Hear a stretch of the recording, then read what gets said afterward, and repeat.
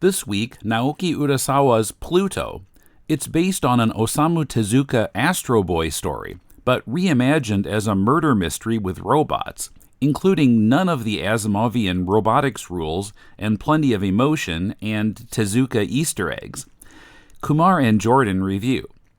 First, if you're enjoying this podcast, we'd love it if you'd support the show at patreon.com/deconcomics for as little as $2 a month. All patrons get our bi-weekly videos featuring 20th century TV trivia quizzes. More perks and bonus content at higher donation levels, including discussions of MCU movies and Lee Ditko Spider-Man stories. And help us meet our goals to unlock the earliest episodes of our podcast and put them all back in the feed. Pledge your support now at patreon.com/deconcomics. This is Kumar. This is Jordan. And this is Deconstructed Comics.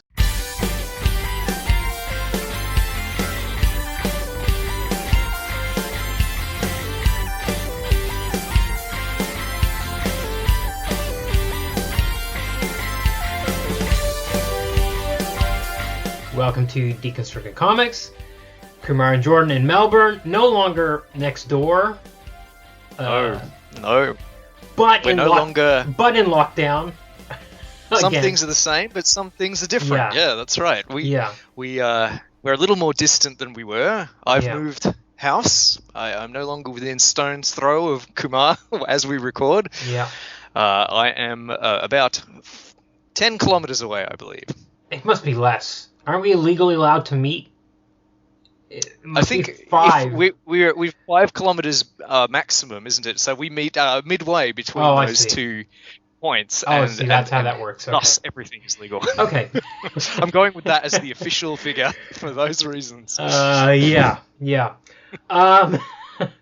Okay, well, so let me tell you about that. There's always a long path that leads into every episode.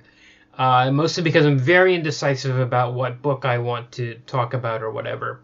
And I was reading a bunch of random issues of stuff, and I read one called Descender by Jeff Lemire, who is a big hotshot writer at the moment. And I read like one issue of it, and it was about robots in the future. And there was a little kid robot. I don't know if that's a spoiler or what. I think it was at the end of issue 1 or issue 2 or something. It's like, oh, the kid's a robot. And when that happened, I was like, yeah, this comic's okay. But as soon as that happened, now, I had just done Taiyo Matsumoto's Ping Pong with Dana a couple of weeks ago and really loved that to death. So immediately I thought, I'd read a bunch of the first issues of a bunch of stuff, and I read that issue of Descender, and I was like, I want to do Pluto. Because I had read Pluto once, and I just felt like I wanted to go to a manga again because there's something satisfying about a self-contained thing that's 8 volumes, something like that, and has a kind of through line and has a lot of heart. And I had read Pluto once and did not. I thought it was fine, but I just thought, okay, this will be a good one to do on the episode. Now, another thing is that often, another reason I hesitate on a lot of episodes is because the books are not available. So they're out of print or very hard to get or whatever. And then I'm like, oh, this would be a good one to do, but actually it's hard for people to find. So I knock it off the table. After I said, let's do Pluto, I discovered that actually he doesn't like any of his stuff being online. So you can't go to Comixology to get Naoki Urasawa's Pluto. You got to buy the hard copies. Is basically the only way to get it. I see. And we haven't done it now. He's kind of a superstar in Japan. He's kind of... So this is the author of Pluto, right? Yeah, Naoki Urasawa is like Spielberg in the 80s or 90s. Like everything he touches becomes a huge mega hit. But I've never read anything by him except for Pluto. And actually, when we met and we were 1.5 meters apart a week ago or two, you told me that you had read Monster. Now, Monster has been covered on the show, but I haven't read it. I think Tim and somebody else did it, and it was a few years back. But I didn't read it, and I've been buying the volumes, trying to get the set, and I haven't been able to get the set, but you have read it. I see. So yes. Now you said you maybe had something to say about it. Was that perhaps? Well, I'll fill in my background now. Okay. I was being, as far as what I wanted to do in this episode, I was being very indecisive and kept putting you off week after week because I couldn't come up with anything. And in the end, you were just like, "Oh, let's just do Pluto." And I don't read a lot of manga. It's a pure coincidence that I read Monster, so this is a big difference for me. This is what surprised me. Yeah. This is a big difference to me from what I usually read, even though I had read Monster already. Right. Oh, and I don't know anything about... So I don't know much about the author. I don't know much about the state of the Japanese manga industry, which of course is your profession, Kumar.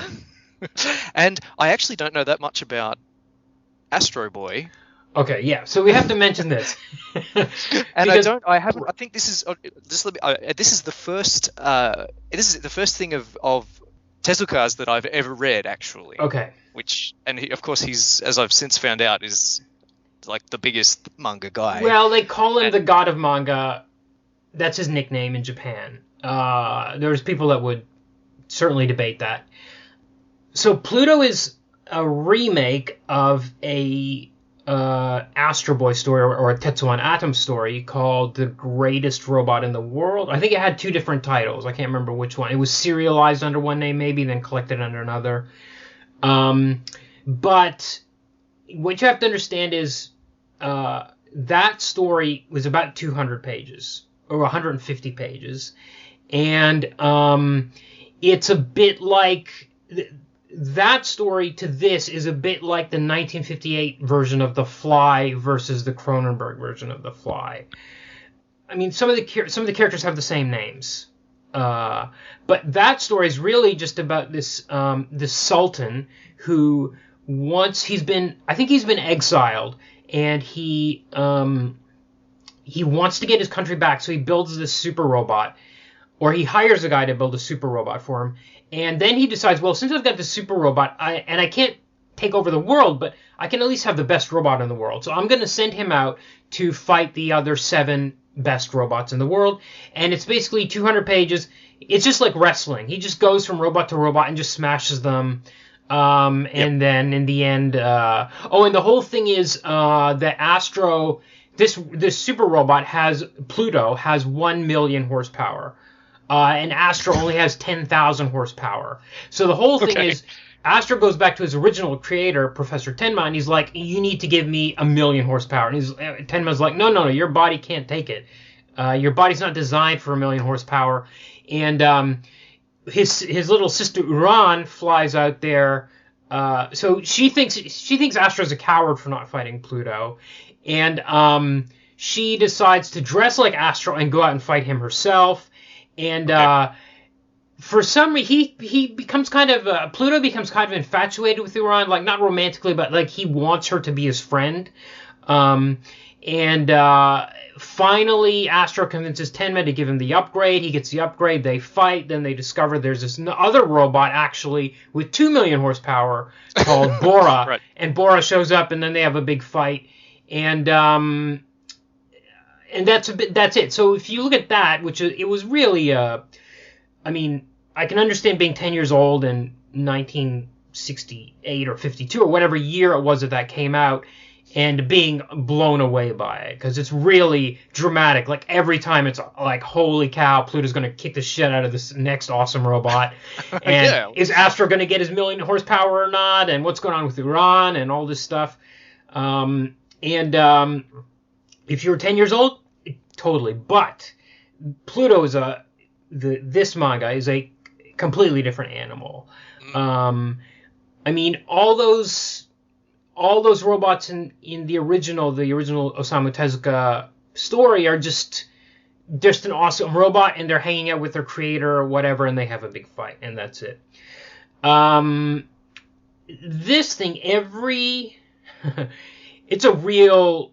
Every character, every robot every human character as well, has a lot of attention paid to them, and a lot of backstory. And it's so long. Everything else we've done has been about the length of the original greatest robot in the world comic. Yes. This is 9 volumes, and each volume is about 200 pages. Yeah, it's 8 volumes. It is 200 pages, but I have to say it's... Oh, you're right. Yeah, 8 volumes. It's a fast read, because the thing about Urasawa is his real focus is on the facial expressions and the body language. This is the thing he's the complete master of. And it almost doesn't matter, because we'll get to the story points, like about the robots and stuff. This is not Asimov. It's really loosey-goosey, wibbly-wobbly, timey-wimey stuff. Yeah. It's doing my head in first read, trying to figure out what the rules for the robots are. The rules are... It depends. If that's the kind of thing that you think about and worry about, if your thing is robots and laws of robotics, you'll be very frustrated with this book. If you like rules and world building, yes, you're gonna have a bad time. And in fact, that's an interesting thing too with the world building, is because again his focus is on the art, on the faces and the body language, and there are very few establishing shots, and when they're there, I mean they're awesome, like these future cities and future buildings that you really want to live in and go to and walk around, and they're awesome, but they're very rare. Most pages are people's expressions. Yep. And it's also very interesting because he's cartoony, but Tezuka was really working off of Disney. And I mean, Professor Ochanomizu's nose in Tezuka is the size of his head. It's the same size as his head. And Urasawa has reduced the nose size to something that's still cartoony, but kind of within the realms of possibility. It's more like a human face, like it's a huge nose, and everything. I mean, Astro, I love the design of Astro, and when Astro shows up, and Astro Boy doesn't look like Astro Boy. No, and Tezuka always drew that. Yeah, Tezuka always drew that weird thing on his head that you don't know if it was hair or what, but it was shiny and it looked the same whichever side you looked at it from, with the 2 points on it. You're like, what? And in this, it's just like Bedhead. And he's just this kind of kid. He's this really cutely drawn kid with, just wears normal clothes and a hoodie, and has this bed head, so his hair kind of sticks out at 2 sides, at the sides, and that's kind of the explanation. It's a lot almost like what Alan Moore does a lot of the times with a lot of things, where he comes in, he's like, actually, let's rethink this whole thing and rebuild it from the ground up. What's our Alan Moore counter? How far into the episode? We're about 12 minutes in. It's kind of... it's about that stuff, and it's really about all those heartfelt emotions and the emotions you see coming out in people's faces and stuff. But as we were saying, so the big question is, do robots feel emotions? So here's a question for you. Oh man! After reading 8 volumes of this, and the answer is very clearly, plainly, yes, they do. Yep. There is no doubt in the world that robots feel the same emotions that people do, maybe even stronger, because they can be electromagnetically projected and sensed by other robots on the other side of the world. That's Astro Boy's little sister's gimmick, right? She can sense emotions in others. Yeah, and this is kind of leading into... I mean, people are amazed that she can do this, including Astro. And she was built by Professor Ochanomizu. And he's a bit... I don't think he understands it either. Like, robots come into being in this world. They are built, and people don't really understand them. So we have this German cop robot named Gesicht. And I can't remember the name of his... There's this guy that's constantly analyzing him. He's this human character. I don't remember his name. That's his creator. I don't remember his name. This is the thing. So this guy invented this alloy called zirconium, which is what Gesicht is made of. So I'm assuming that he made Gesicht, but it's never there's never a line that says I built Gesicht, but you have to assume that's the case. But he's constantly he comes in, he analyzes Gesicht's dreams, and he's like, boy, I'm surprised a robot can dream, or all this. So he's built this thing, but he doesn't know what it's actually, these robots are, I don't think Urasawa considered this at all, but they're actually developing consciousness in the deepest question of mankind, like what is consciousness? We don't know, but these robots are developing them, and they're having dreams and stuff, and the people who built them do not understand what's going on with them. Yes. And they have emotions, but everybody says robots don't have emotions, especially humans. Humans are the first ones to say, but there's sometimes a line in the first volume, very early on, the creator of the Swiss robot, Mont Blanc. Mont Blanc, yeah. He's devastated that Mont Blanc's been destroyed, and he's talking about his desire for vengeance to Gesicht, and then he says, "Oh, why am I bothering? You're a robot. You can't possibly understand how I feel." And Gesicht just looks like a guy. Yeah, and sometimes they can't tell. So often people can't tell, especially Astro. They can't tell if he's a human or a robot the first time people meet him. And it's that's a big part. Who is a robot? And because So okay, so robots that think they're humans and humans that think they're robots. That's in there too, and there's also split personalities, which complicates things a lot. Certain character we don't know he's a human or a robot, and then there's a split personality in the mix. And speaking of, the long eight volumes of it, so I read it once through this time, and then I thought, okay, I better have a look through again, just to remind, because I didn't take any notes or anything. I thought I better have a quick look through it again. I didn't either. I came into this one very unprepared. And I read it again, and then an amazing thing happened. There's a character named Adolf who's in a robot hate group, who shows up in Volume 3 and disappears, just kind of is taken off stage in Volume 5, and 5 or 6, and I had forgotten this major character existed in the book. There's so much stuff happens. There's so many characters, so much. I mean, I talk about being a fast read, and it is, but there's so many people who come on stage, and so much stuff happens. And I'd read to the end, and I understood who was who, and like, okay, this character is this, and this is this. And then I started again. I was like, I didn't remember how it ended from 3 days earlier. This is like Dickens, this book, and in fact, it's published like Dickens, right? It's serial, it's sequential, kind of like it's published in serial form, and it feels that way too.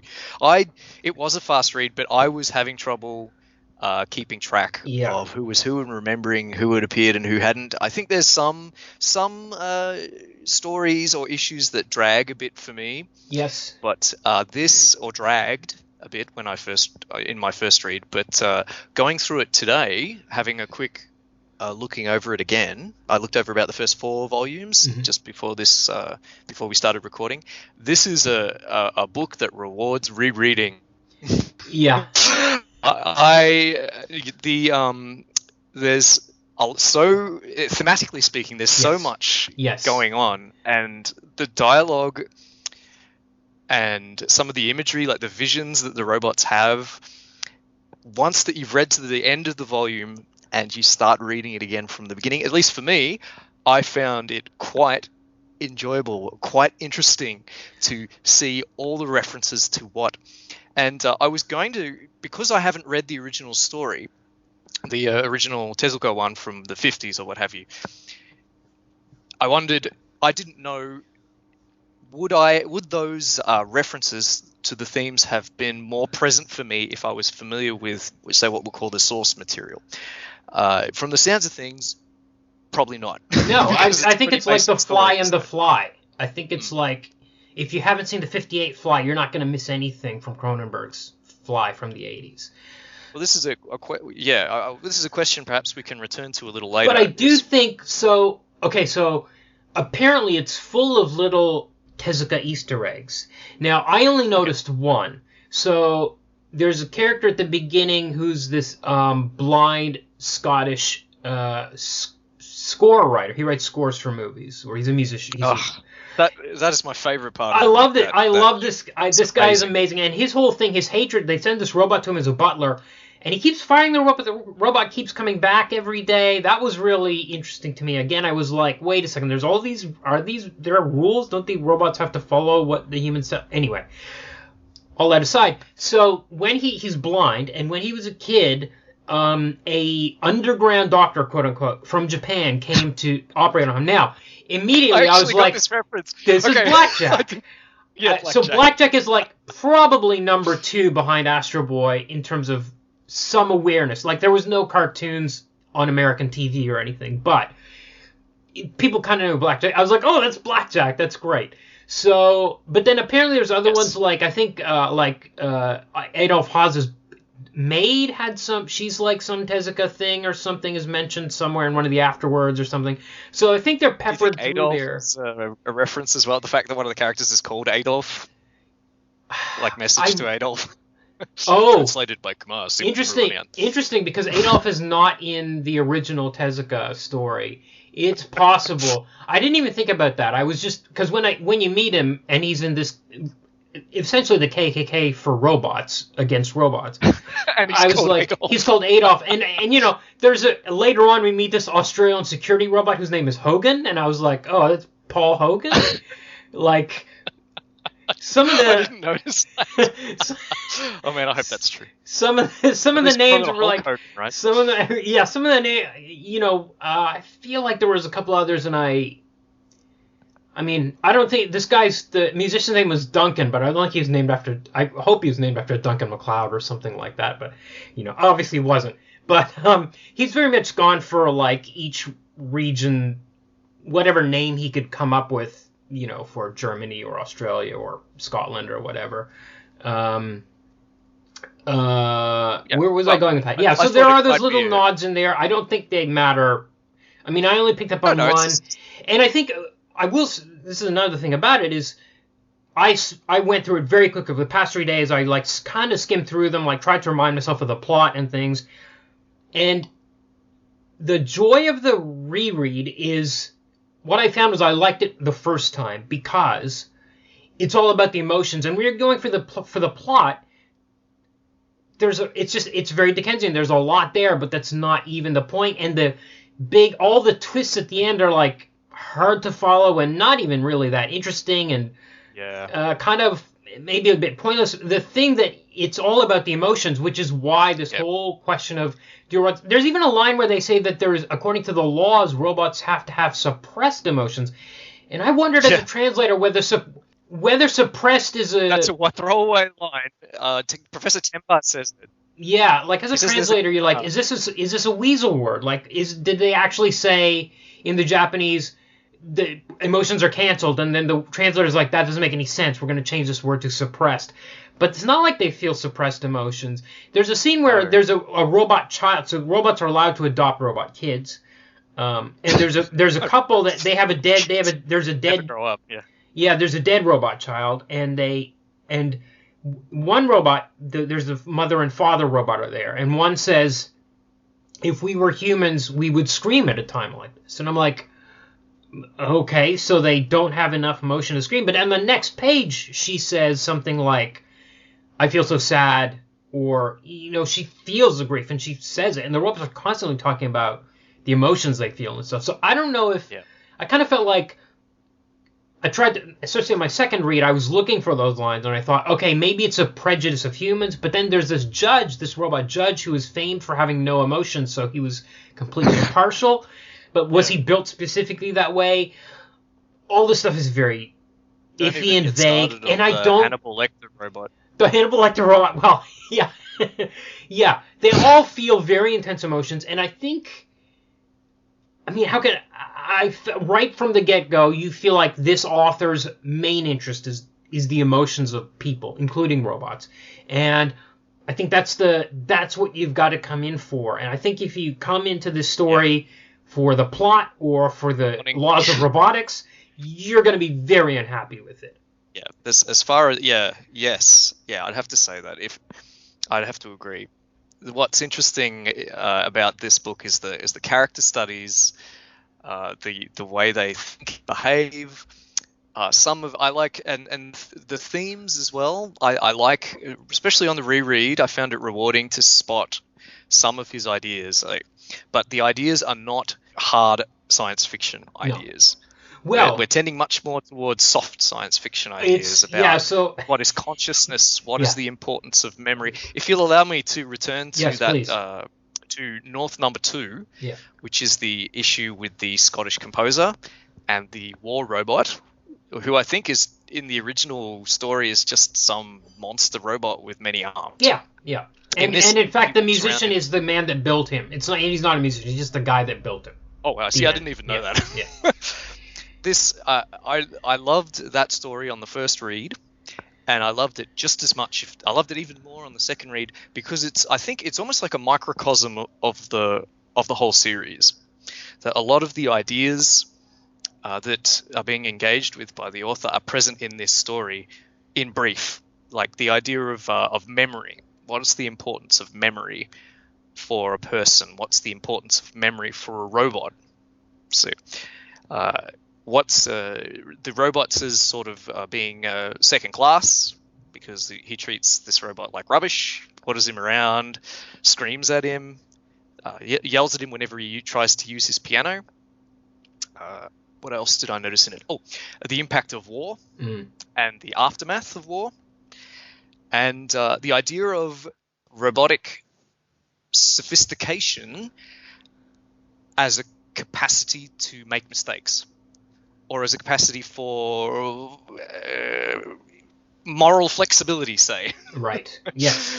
So that as the robot, a robot is more sophisticated, more advanced if it is more like a human. Yes. And and not simply more like a human, but has the capacity to make errors, to go against its purpose.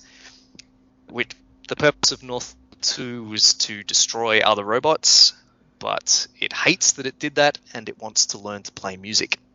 And of course at the end, spoilers everybody, of course at the end of the issue, he's destroyed by Pluto. Yeah. After he and the reclusive Scottish composer have made friends, and it's very upsetting. Yeah. And it's just it's really good. Yeah. Especially if you don't know that he's going to get killed. I mean, Gesicht, who you think is going to be the main, he's in like 5 panels of the original, okay? And he's the main character for 7 volumes of this thing, and he gets killed at the end of 7. You're like, what? Yeah. It's the craziest thing. But so number 2 is destroyed in his issue. Gesicht is destroyed before the ending of the whole book. Yeah. And that was shocking to me. Yeah. Shocking. Yeah. I had no idea. Of course, if you knew the story, you know that Gesicht is like just this German robot made out of unobtainium. Yeah. And then he's going to get killed. Yeah. But and he's really the core of the whole thing. Because even Astro, here's another shocker, Astro gets knocked out around issue 5 or 6. I think it's even earlier. Maybe, yeah, right. So he's like out of the story. Coming up, Pluto's theme of the effects of war, written in the wake of the U.S.'s 2003 invasion of Iraq, and more. Don't forget you can help to unlock classic early episodes of Deconstructing Comics, help me return all the old episodes to this podcast feed, and at the $4 level get access to hours of additional full-length podcasts. At the $10 level, you can review the book of your choice with me here on this show. Support Deconstructing Comics and our other shows at patreon.com/deconcomics. Or you can send a one-time donation via PayPal to mail@deconstructingcomics.com. We appreciate your support. Tim and Paul race to the scene, where a 1960s Batman TV episode needs analyzing. The show's attitude toward civics. A loyal taxpayer stooping to criminal methods. Toward women. A dish. Toward time management. All in all, Batman, you've been pretty busy. As well as the history, the casting, and more. Tune in via iTunes or Stitcher, or visit tothebatpoles.libsyn.com for To the Batpoles. A couple of interesting things that you brought up is the war theme, because so this came out in the story of Astro Boy. He was activated in, I think, April 2003. Oh, okay. So it's about 50 years after he was first, the manga first appeared. So this was kind of a project to it was almost one of many commemorative projects of like the birth of Astro Boy in 2003. So, but as a consequence, it is so post 9/11 and so post Iraq War, because the whole plot, none of this, because in the original, we've got this sultan, and that's kind of it. But here we've really got Saddam Hussein in this country, Persia, and he's been building some robots, and the U.S., which in this is called the the United States of Thracia. United States of Thracia. For some reason. Thracia. The president's called Alexander. Yeah, and the king of Persia is called Darius. None of this stuff, yeah, Darius, yes. None of this stuff is in there, Darius the 14th. So, basically, the Thracia worries, or they claim that Persia is building robots of mass destruction. So they send them in. They don't find any robots, but the war starts anyway. And in the process, reduce the kingdom of Persia to rubble. Right. And by the way, this is also called the 39th Central Asian War. The year is very. We don't know when in the future this is taking place. Where is it? Japan's basically the same. The rest of the world, Germany's basically the same. But there's been 39 of these Asian wars. Is in Turkey, but there's also a Turkey. Yes. Oh God, it's just if you want coherent world building, do not read this comic. Well, it reminded me. So I thought of two things. One, very broadly, was Quantum Leap, which was a show that I watched. But I mean, as science fiction, it is the biggest mess. Like, how was he seeing this guy in the past, and how is this other guy interact? How come kids can see him? All this very loose, vague stuff. It was really more about, okay, let's see how he solves it this week. The other thing it kind of reminded me of is Blade Runner, which because specifically in Blade Runner.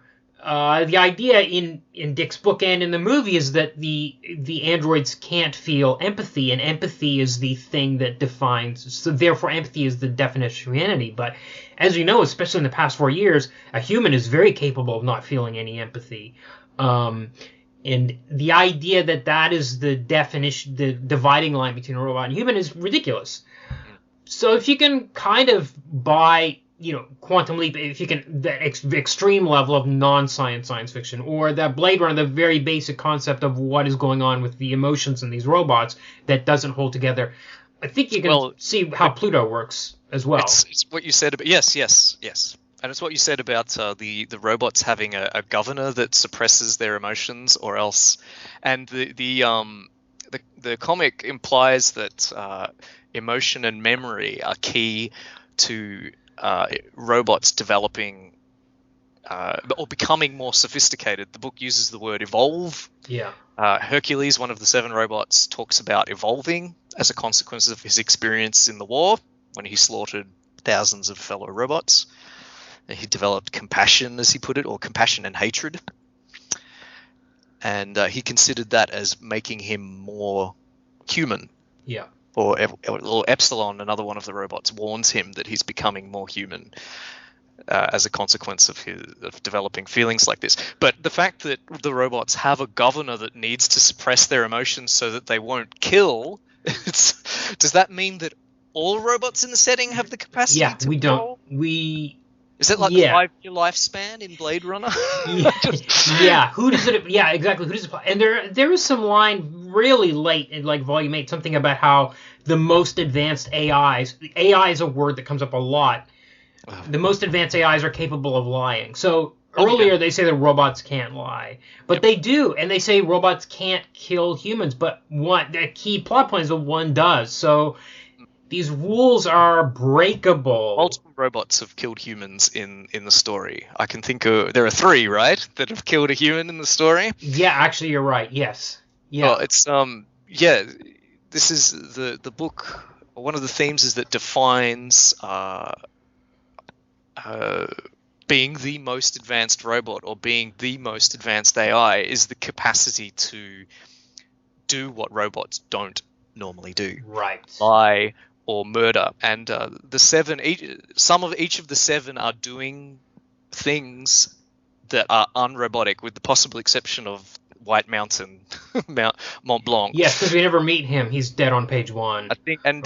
I don't know if he was first to die in the original manga, but because he's the stupidest and most, like Tezuka looking of all the robots, I think clearing him out of the way early is like a sign that that it's moving on to kind of more serious. They didn't make him look like some sort of big lumberjack. Right. He still looks like a goofy Disney type of robot. Yeah.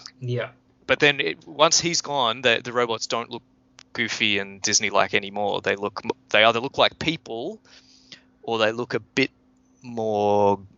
They look a bit more grounded. So they still look a bit. Like right. round, yes, round and funny looking, but a bit like the Jetsons. But they don't look quite as silly as Mont Blanc does. But to return to my point, the 7 are all kind of like rebelling against their programming, yes, or moving beyond their programming. North Number 2, the crazy warrior droid, he is trying to play piano. Because he doesn't want to be a killer robot anymore. Hercules, who is a robot designed to fight in the ring, I think, has started throwing fights because he doesn't have the. He doesn't want to beat his enemies anymore. And Gesicht, well, we might come back to Gesicht. But an interesting one is one of the ones that we don't spend a lot of time on is Brando, the Turkish robot. Yeah. He has a family. Yeah. Which is interesting. One of the other one has a family as well. Epsilon also has a family. He adopts war orphans. Yes. From conflict. Gesicht is also married. Yes. Yeah. And Brando talks a lot about being lucky. Yeah. Yeah. And a robot can't be lucky, right? A robot just follows its programming. It does the job that it's programmed to do. But Brando, when he's introduced, says he wins fights because he's lucky. And he also says, who wants to watch a fight that's planned out 100% from beginning to end? Well, a fight between robots would be planned out 100% from beginning to end. But yeah, Brando, by talking about how lucky he is because you can be both lucky or unlucky. This is an example of a robot's sophistication as possibility of error or possibility of chance or probability creeping into it. And on the reread, when I was looking out for this idea of robots being fallible robots being fallible, the capacity of making mistakes, that kind of thing as a theme of the book. On the reread, seeing the way Brando talked about himself and the way he fights, I was like, I get that. Right. It's not just a weird fat Turkish guy drinking robot coffee. This is important. Yes. It was very rewarding. So I would have said I might have been lukewarm on the book when coming into this interview, this podcast, if I hadn't done the reread. But having done the reread, I feel like it's something I'd like to come back to. Yeah. Well, I think that there's a whole thing about Tenma trying to develop, or not trying, but he's talking about the perfect AI a lot of the time. Yes. And a lot of the time, the problem is because it goes back to Tenma having built Astro or Atom as a replacement for his son. Yes. And Atom is perfect, and he loves the food he's eating, and he loves his dad, and he cleans his room, and he's interested in his book of insects, and Tenma's like, Tobio hated all those things. Yeah. And there's this crazy concept where at one point in history, Tenma's trying to build this perfect AI, this super robot with a perfect AI. And his method is to implant it with the 6 billion personalities of everyone in the world. Now, first of all, how does this even work? Where's the data of the 6 billion personalities of all these people? I guess he simulates 6 billion personalities, I suppose. I guess that's how I read guess. I don't know. Anyway, he puts them on this robot. The robot does not come alive. It's stuck in a state of indecisiveness, lack of personality, because there's too much going on in there. There's 6 billion personalities. So what needs to happen is he works out that the thing that needs to happen is it needs to have error. It needs to be able to make mistakes, and most importantly, it needs to be capable of hatred and sadness. An extreme emotional bias is what they call it. A bias which will force it to lean to one direction and form a personality in that direction. Now, I don't know why this extreme personality was not joy or love.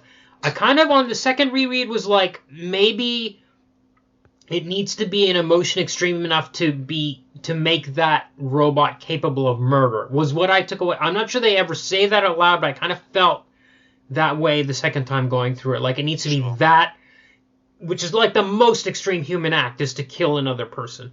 So I think maybe the emotion has to be that. You can't just be super joyful and form your personality out of that. It's got to be something else. And that's kind of about, how Astro was too happy-go-lucky and enjoyed his food and all that kind of stuff. So I think once Tenma, the president, Professor Tea Water, he's Shiramizu, he says to Tenma, Atom is your greatest creation, or he's the greatest AI and the greatest robot in the world. And Tenma says, are you kidding? Atom is my greatest failure. Right. Yeah. Because, as you say, he's too good. He doesn't make mistakes. He loves as you say, he loves all the food he's given, all the things that, the way that Tenma's original son, the son that died, that Atom was created to replace, all the ways he acted out and all the things he didn't do, Atom just does uncomplainingly. Right. And then I guess Tenma sells him into the circus. Yes. Which is a throwaway line in the it was a major. That's canon, right? Yes, it's canon. Yeah. But yes, the as you say, emotions. The importance of emotions for the robots is something that's emphasized over and over. Pluto is a robot that's filled with hatred. Yes. And his ability, I think, is linked to his hatred. He has some sort of ability to create weather. Yes, and I think that's linked to... So, he was built to... Because Persia was razed after the war... Oh, wait a second. Was it before the war? They needed to turn the deserts into fertile land. And I think that the ability to create storms, which is just really tornadoes in here. A version of his ability to create life. Yeah. But he can manipulate the weather.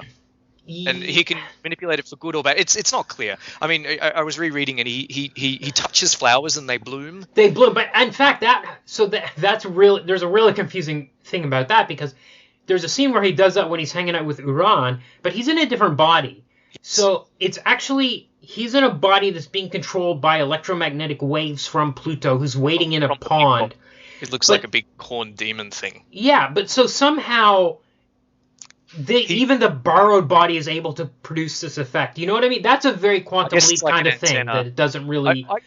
I explained it away in my head. He's got some sort of electromagnetic manipulation powers. And he can use it to manipulate weather, and he can use it to occupy the body of other robots that don't have a robot brain plugged into them at the time. Yeah.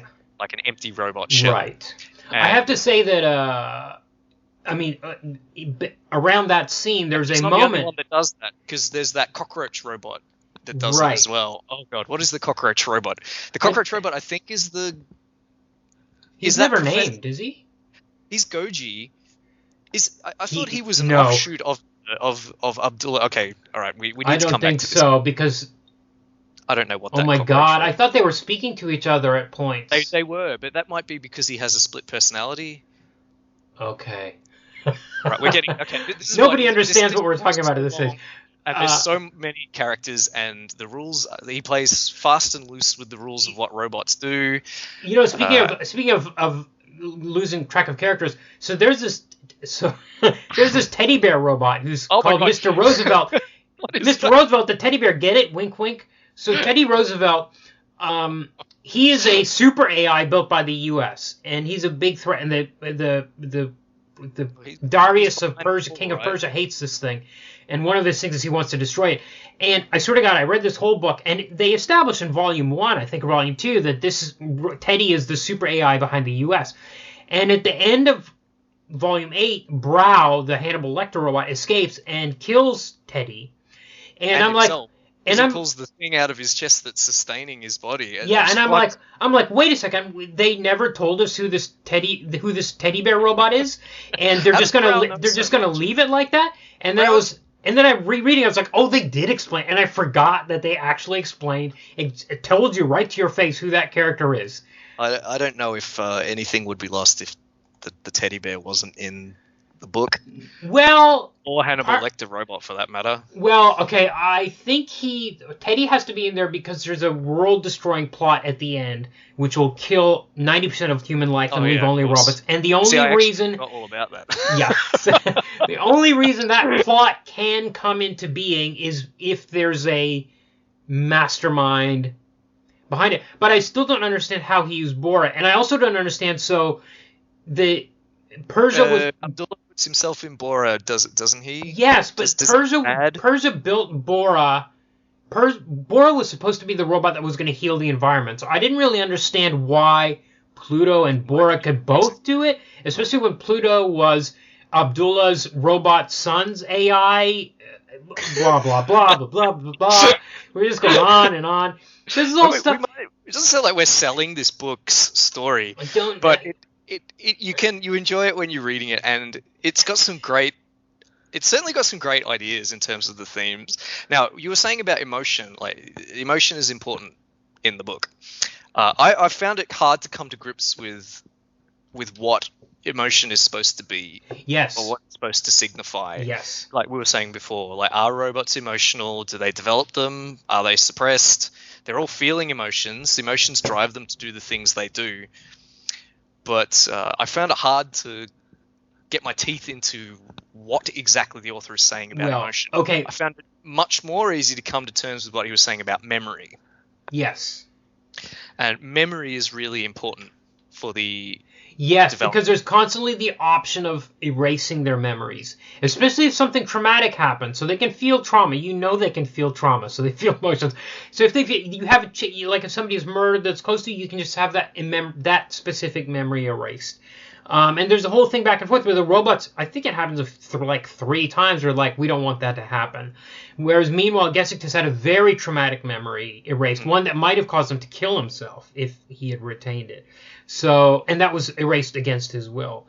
Without his knowledge, essentially. Without his knowledge. And they talk about, his creator talks about what a huge violation that is.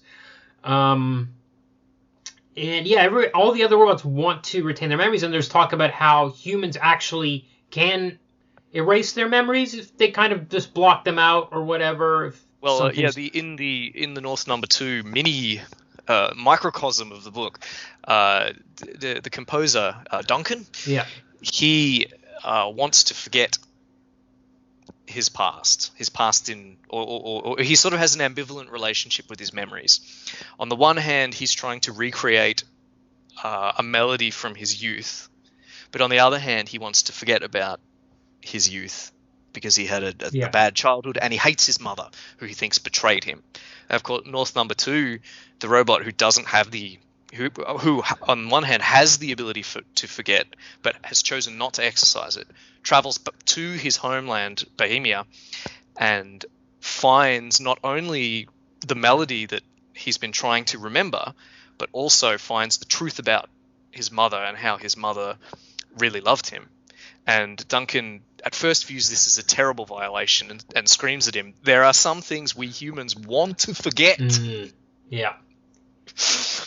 But the memory in the end is what heals Duncan and creates the possibility of a reconciliation with the memory of his mother, and also between the robot and Duncan. And then he begins to teach him piano, and they have some wonderful there's a few panels of them interacting happily before, unfortunately, Pluto arrives and puts an end to that. Right. We should also say that the reason that Pluto is killing his robots in this version is not because he just had to destroy the 7 robots, but all these 7 robots were in some capacity in that war, and were responsible for wrecking the country.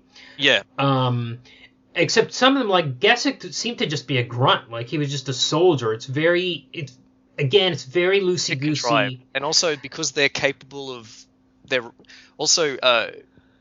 is it Alexander, the president of the United States of Thracia wants the robots gone too because they are weapons of mass destruction. Yeah, that's his excuse, but I think he admits that's an excuse, just an excuse at some stage. But I can't remember the exact lines. But also there was a team of humans that were sent, the ones that were sent to find the weapons. Survey team. The Bora survey team. Now, Ochanomizu says, I don't know where the name came from or if it was an acronym or why we're called. And at the end of 8 volumes, the second time I was still like, yeah, why were they called the Bora survey team? That was the name of a secret robot? Like, who the 2 million horsepower robot. Who found the name and put it on the front of this? On the name of the survey team. How did this happen? I want to go back to emotions. What is an emotion? Because this is a thing. Every time it's the same with Data in Star Trek. Yeah. So Data, as far as I can tell, feels emotions all the time because isn't curiosity an emotion? Doesn't he say the word curious all the time? Doesn't he wanting to learn something? Isn't that a form of emotion? Isn't it? I don't know what the definition of emotion is, but I feel like all these, it's a lot like any story about clones. People don't understand what clones are. You know what I mean? Like they always think a clone is some kind of blob that can be formed into a person and maybe has no emotions or is evil or something like that, rather than basically just being a twin. Any movie or anything about clones is always so dumb. And I feel like anything about robots, especially if they don't have emotions, they seem to have emotions, including in Blade Runner, including in Next Generation with Data. I think Urasawa his error is blatant, but I don't think it's egregious in the sense that I think he's making the same kind of if it's a mistake, the same mistake that everyone else is making. And I do think it's kind of, it's 90% of the time it's human prejudice where they're going around saying, oh, I hate robots don't feel things, or their emotions are not real emotions, they're just approximations of emotions. Yeah. But what's the difference between the approximation of an emotion and an emotion? Data's curiosity is, as far as I'm concerned, an emotion, I think. Right? I don't know. Perhaps a more important question for me is, why does Data even want to be human? What's so great about it? And these robots all want to be human, right? Although they're anxious about some of them express trepidation or anxiety about the idea of robots becoming more like humans, but almost all of them are acting or are either pretending or trying to act like humans, or having emotions like humans. Hercules, I think, is the only character who says that he doesn't care to act like a human. I think Kasik asks him, "Would you like some tea?" And Hercules says, "I don't care to ape humans." Right. But all the other robots, even the unsophisticated robots, the ones that don't look like people, the ones that aren't made out of zirconium alloy or have photon energy, like the maid robot, who we're told is like out of date, like an older model. She's playing house. She lives in a flat. Yeah. She lives in a flat. She's married to a police robot. Yeah.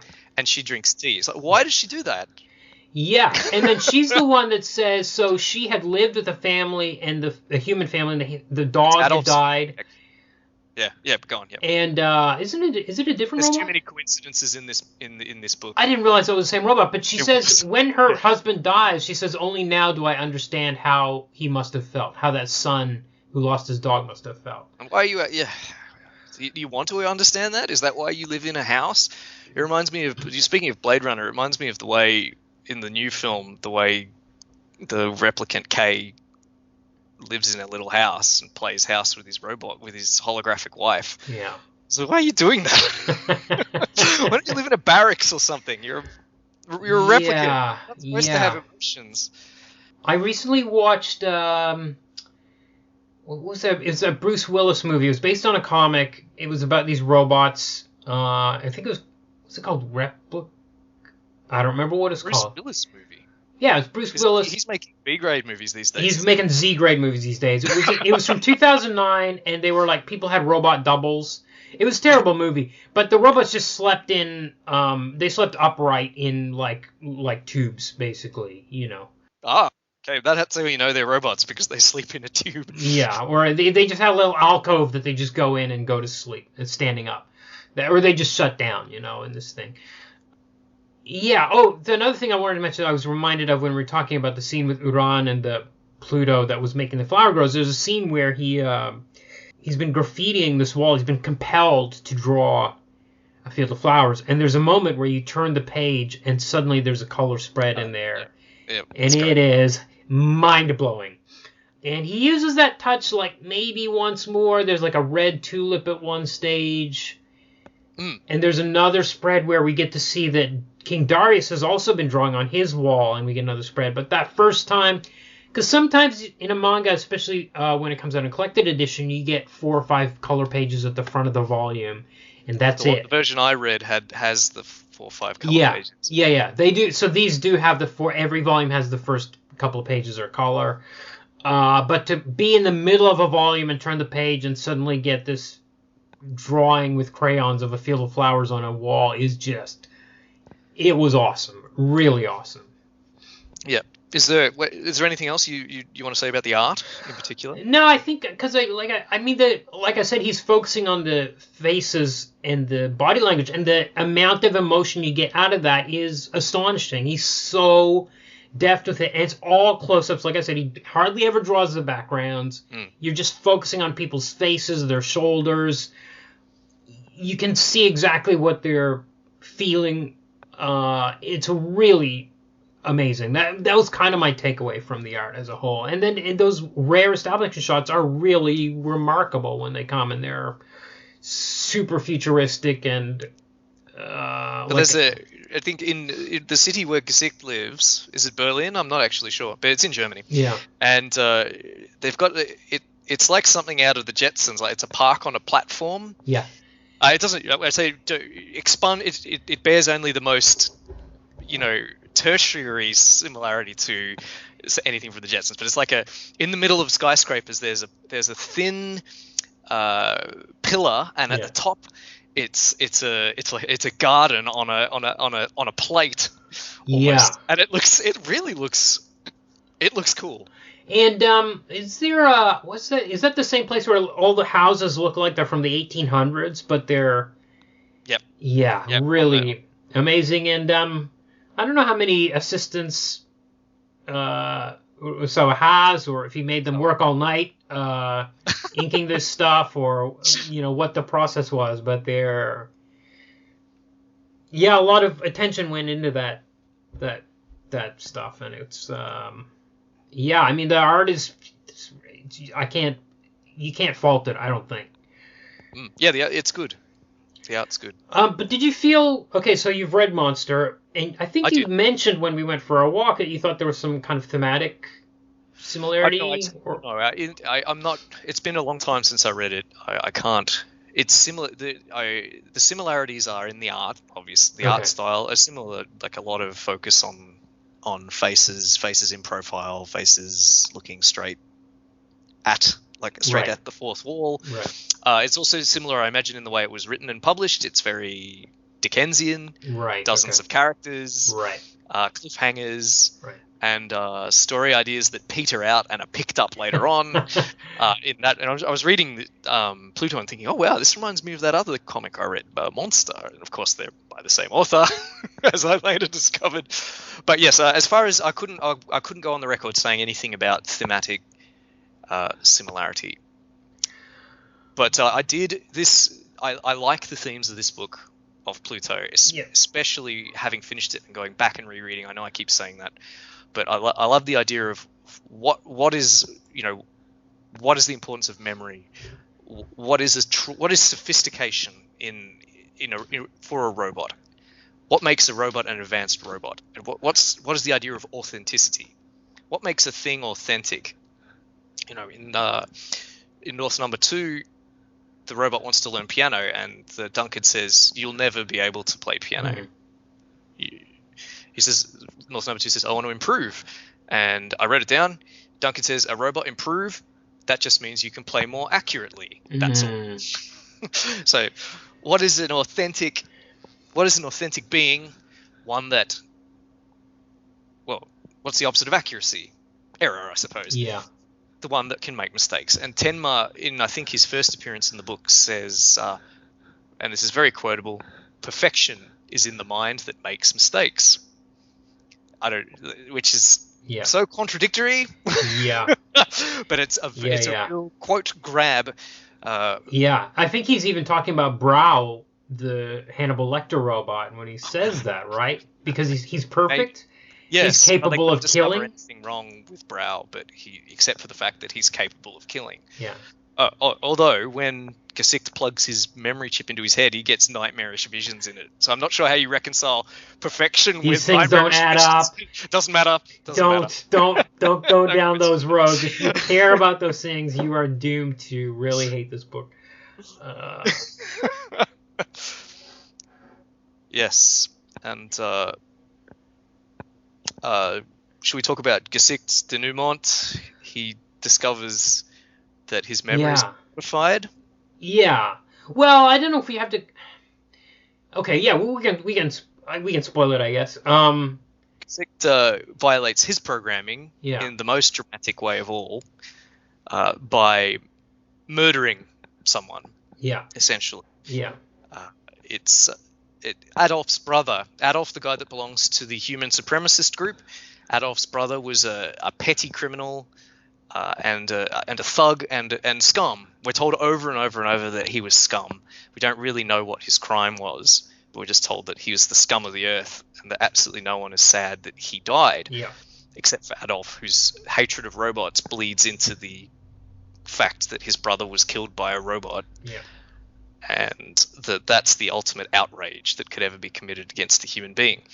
Gesicht murdered Adolf's brother with a zirconium alloy shell. Because Adolf's brother killed his adopted son. Yeah. Gesicht rescues a broken baby robot from a rubbish pile. It's sold to him by the guy who is collecting the rubbish, seeing it's disposed of. He says, that's worthless, no one wants it. I collect scrap from this pile, but that's just garbage. And Gesicht looks at it and says, I want to take it. And he says, oh, fair enough. 500 Zeus a body. Zeus or Zeus, yeah. 500 Zeus, which I assume is currency. Yeah. 500 Zeus a body should do it. And 500 Zeus a body is a phrase that's repeated over and over and over and over. Yes, and probably, unfortunately, mistranslated. Oh, okay, probably, but it doesn't matter because it's mysterious, right? It's opaque and mysterious. Yeah. And on my reread, I noticed it happens, when he sees a child. Yes. Yeah. Yeah. No, I think it's just it really he ties together all the themes about he's so filled with murderous rage that he murders a human being, and the whole thing about his memory being erased, and it all ties together in Gesicht for sure. Yeah, well, the police force erases Gesicht's memory after he kills the petty thug, because he, as you say, he might have been driven to kill himself. Yeah. Or although I don't know if they specify, they just say he's too much of an investment. Yes, they say that too. I think the implication might be that it's almost like his murder of that person is almost like his apotheosis, right? It's the moment when he violates his programming and becomes, as Tenma and the book defines it, a more sophisticated robot. He achieves the pinnacle of existence. What would a robot who's programmed to be a policeman do once he's broken his programming? He might not want to be a policeman anymore. Right. So wipe his memory. He goes back to being a policeman with a great big hole in his memory, but he's haunted by the image, not of his. He doesn't see his son. He just sees that man selling him his son over and over. 500 Zeus a body. Yeah. The point about the mistranslation was I can guess at the original Japanese line because there's no definite or indefinite articles in Japanese. So the line would have been something like body is or are 500 Zeus. And as a translator at Volume 1 would have been forced to guess, okay, it could be... Oh, right, because he would have translated it. It would have been bodies are 500 each, or a body is 500, or this body is 500. And you had no idea. And when you get to Volume 8, and you're like, shit, it's a specific body. So they've had to massage the translation. I should mention the translation by Fred Schad, and someone else as well. But Fred Schad knew Tezuka personally and has translated all the Astro Boy books. Oh wow! And he's top. He did Ghost in the Shell as well, so he's one of the top guys in the industry. But yeah, so he's had to massage the line into 500 Zeus a body will do, is what they finally. Oh right, that's how they extended. I see. Oh well, that's fascinating. Here we are. We're getting an insight into how the sausage is made. Yeah. With Kumar, expert translator of Japanese. But I don't want to leave it on that little weird glitch that because they were simul-publishing, and I think they were coming out around the same time in English. So, what are our last thoughts about this? Do you recommend the book? Oh boy. As I've said throughout the episode, I think if you're a casual science fiction person, you might especially really like it. I think if you're more of a hard SF person, you're really not going to like it at all. But it's really, he opens with a bang with the whole thing with the musician in Scotland.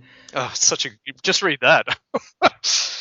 It's really hard not to be gripped from that storyline right at the get-go. And to see what's going to happen, especially since he gets killed at the end of the volume. Oh, man.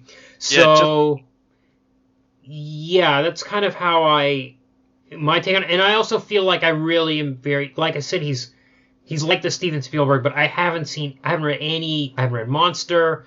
21st Century Boys is another huge one. I haven't read that. Master Keaton. Billy Bat is the one he's doing now or is finished. I'm not sure, but I haven't touched any of it. But now I'm still very keen to. Well, perhaps Monster will be one for a future. Well, that's the one that's been done. But it has. Oh, you said it had been done. That's right. I forgot. 20th Century Boys is probably the next one, but that's like 21 volumes or 22 or something. Oh my goodness! I barely managed 8. Yeah. So anyway, we'll. It's epic. It is so epic, and it's kind of hard not to call it a masterpiece. It really is, but it's the science fiction side. I feel like he was almost, from what I know of Monster, I feel like he was hugely influenced by Tezuka. He was very affected by Greatest Robot in the World as a kid, and was deeply inspired to remake this thing. But you can almost see that the robots are getting in the way of him wanting to tell a story about hatred as an emotion, if you know what I mean. Sure. Well, I'm going to say. I also recommend it. You could probably guess I'm going to say you should probably read it twice. Yeah. If you can't stomach 8 volumes, just read North number 2. Yeah, I would agree with 2, because the reason I bought it the first time many years ago was I heard there was this podcast. It was a local Australian podcast about comics, and they did an episode where they went off on about how crap manga was. And then several episodes, I wrote them a long letter about that, and that's a whole other story. But basically, a few episodes later, somebody actually broke and read a manga. They hadn't read any; they just knew from the look of it that it was crap. So someone broke and for some reason read Pluto and was blown away by it, Volume 1, and he was talking about the robot and the musician and the castle in Scotland. Right. And he's like, man, this manga was amazing and all this stuff. And I was like, okay, I'll check this one out because, I haven't read any Urasawa. So that was how I came to it in the first place. So definitely, at least Volume 1. But I would say it's worth the trip. Although I don't think I still can't make heads or tails of really how it ended. Yeah. I'm going to differ from you slightly. as far as the significance of robots to the themes is concerned, I think since I couldn't come to grips with his ideas around emotion, but on the other hand, I think the things that he wants to say about memory and the things that he wants to say about, how would you say, the enduring or the durable or enduring mind is the one that has the capacity to make errors and to move beyond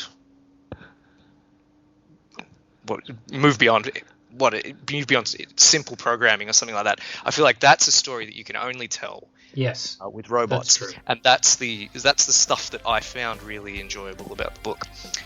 But yes, two recommendations, I think. Okay, excellent. Oh, fantastic. All right.